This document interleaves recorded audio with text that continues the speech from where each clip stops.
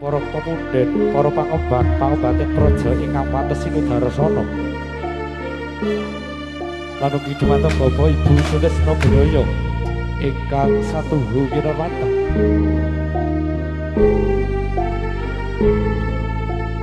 Langkung rimin semoga panjenengan sedaya dalasan kula tansah puji syukur kunjuk dumateng Gusti Kang Maha Agung. Ingkang sampun paring kanugrahan awujud kegiatan dalah kawilujengan satemah saged kempal manunggal ing Karangayung. Wonten ing lini laksana punika anggen kula sakadang saking turangga kencana sumbing ngaturaken sugeng amirsani kados paripurna ing sawangke. Wonten ing dalu punika sesarengan kalian GM Audio Production ingkang wonten dalu punika ingkang sampun regenaken swasana. Bapak Ibu Sutresna Budaya ingkang satuhu kinurmatan, kula sakadang saking turanda kencana sumbing bilih wonten kelampahanipun anggen kula sakadang kurang nuju prana dumateng panjenengan sedaya. Kula sakadang nyuwun agunging pangapunten. Bapak Ibu Sutresna Budaya, pati wedal sampun awis dalu.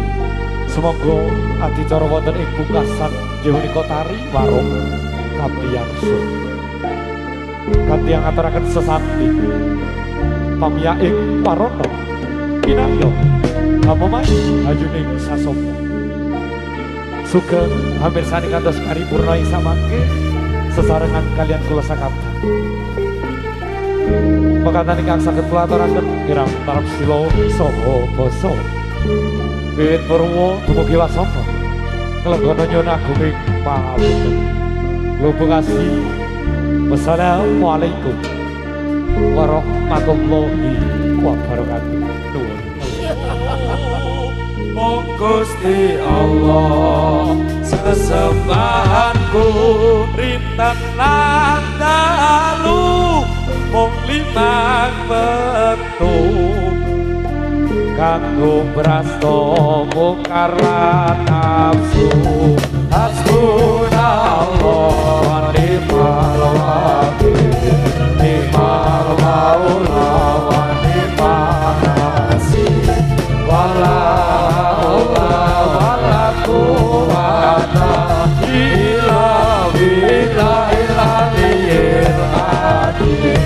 Gusti Allah sesembahanku ingkang ketulung marang aku, ora ana kaya linangku kejaba Gusti Allah kang